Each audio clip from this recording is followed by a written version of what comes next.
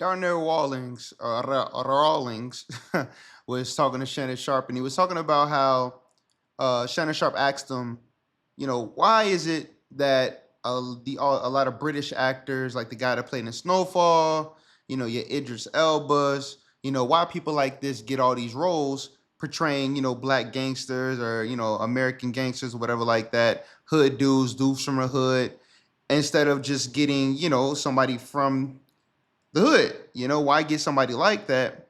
And Darnell was just saying, like, look, man, those guys worked hard for what they got.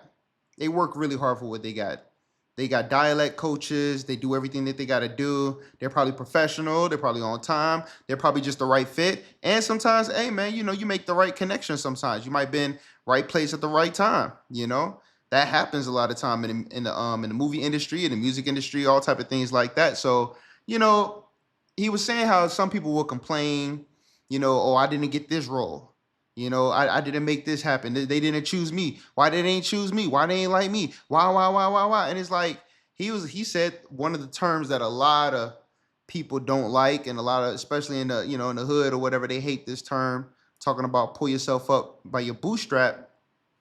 But you know, to keep on going, right? He was like, look, man, to keep on going in this business, a lot of times you're not going to make the money. Just because you see somebody on television doesn't mean they're getting paid, a really, really good amount of money.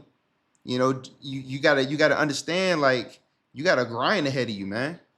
You gotta take gigs and some certain gigs that you may not want to do. You're gonna get a lot of no's. I know how that is, getting a lot of no's when I was starting off in my industry and stuff like that. I got a lot of no's. People say, hey, no, we can't do this, or no, you can't be a part of this event or whatnot. And I had a lot of doors closed in my face, but I had to keep going. I wasn't going to just give up. I'm like, okay, well, one door closes, then another one will open. And this is the thing. In hindsight, it's easy to talk like that in hindsight. It really is. It's very, very easy to talk like that in hindsight. But during that time, it's going to be hard, man. It's going to be hard, but that's what's going to separate you from everybody else. That's what's going to separate you from everybody else, because it's a lot of people that's going to quit.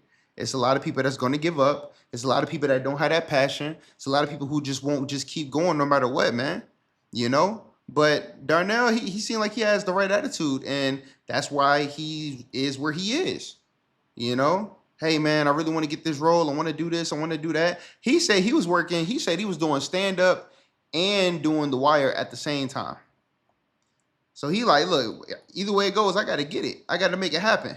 I don't get this role. All right, cool. Even if you just get one line, if they book you and say, look, man, we got one line for you. And I think he talks about it later on in the interview as I keep listening to it. But he's like, yo, I get one line in this show. Now, some people like, man, one line? I ain't about to waste my time for this. Just one line, man. I'm about to go audition for something else. And yo, man, that one line, they're like, man, I like how you did that. You know what? I want to see you in another scene. And then another scene. Then you build relationships with the producer or the director or the casting director or whatever. And next thing you know, man, you're getting more time. You're getting more lines. Same thing happened with Jaleel White. Perfect example. That dude came in, he wasn't even he was supposed to be just a one-off thing. He turned around and be the star of the whole dang on show for Family Matters. But a lot of times people want gratification right then, right there. And if that doesn't work, then oh, woe is me. It's all over. Man, it's rigged. This and that. Bro, you got to keep going, man. You got to keep going no matter what. You got to keep on putting your foot on the gas, man. Don't let up. Well, I just did it. Do it again. Well, I just did it again. Do it again. Do it again. Do it again. Do it again. I just started on my journey, man. Like, this is what, the third day? I'm trying to upload at least 10, 11 videos a day. It's the third day that I'm doing it. And my views are slowly building. Some of my videos finally hit the 200 mark. To some other people, that's like, man, 200, man, that ain't, do you trash? You only got 200 and some subscribers. Yeah, right now. But I just went up 2 more subscribers. Then it's going to be another 2, then another 5, then another 10. It's going to slowly build because I am just going to stay consistent. I don't even care about the results, man. Don't even care about the results. You have to keep going no matter what, man. I love interviews about things like this and just listening to these things because it's just a great testament of the mindset that you don't get a chance to see. See, we see them doing all the comedy, ha ha, everything funny and all that stuff. We see that part. You know what I mean? But we don't get a chance to see the behind the scenes, their mentality, what they're thinking about, how they feel. You know, when they get those no's and when they, comedian, a life as a comedian is not an easy road, bro. That's not an easy road at all, man. You talking about getting paid $20 in a bucket of chicken or something, like, bro, like these dudes, yo, hey, being a comedian is not, it's not easy, especially back in them days.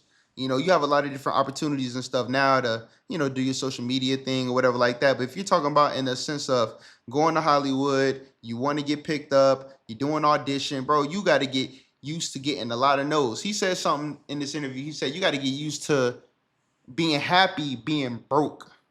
And I know what that feels like, living in a car, doing Lyft, taking a shower at the Planet Fitness, changing clothes in your storage facility. You understand what I'm saying? Like, I'm about to go to the Dollar Tree and I'm about to load up. You know what I mean? We about to get bread. We about to get the necessities. And you cool. You're not worried about impressing other people. You're not worried about what everybody else gonna think. And man, to hell with everybody think. They ain't paying no damn bills. I'm gonna do what I gotta do. You have to have a crazy mentality to get crazy results. You have to, man. There's somebody out there that needs to hear this message that may not have this type of mindset and type of thinking. So this is for you. You have to have a crazy mentality. Everybody says this all the time. Mr. Beast, all these guys, man. Yo, people are like, yo, why you're always just talking about your business. You're always doing this. You're always doing that, But then when it works, everybody's talking about, oh man, you're so tenacity. You're grinding so hard. You just got such a strong mindset. Yeah, but when he was doing it, y'all was looking at him like he was freaking nuts. Stop doing YouTube. Quit. Why don't you quit? Bro, you're wasting your time, man. This is not going to work. Bro, do something else. Get outside the house. It's like, you can't think like the average person and want to get above average results in life, man. And that's why I love listening to these interviews. I never heard Donnell talk like this. He was like, look, man, it was like, how did you get the role? How did you get this? He's like, man, I didn't even read what was on the script. He just trusted in God and said, hey, you know what? I'm just going to do my thing.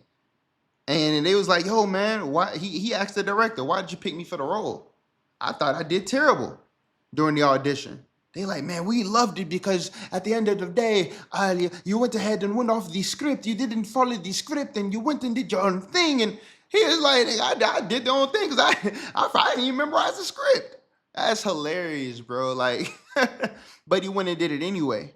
He still put his best foot forward and he just did him. And by him just doing him, he got the role. It's not always going to work out like that, but I think consistency is key. Keep showing up. You can't win the game if you don't even show up and get on the court, man.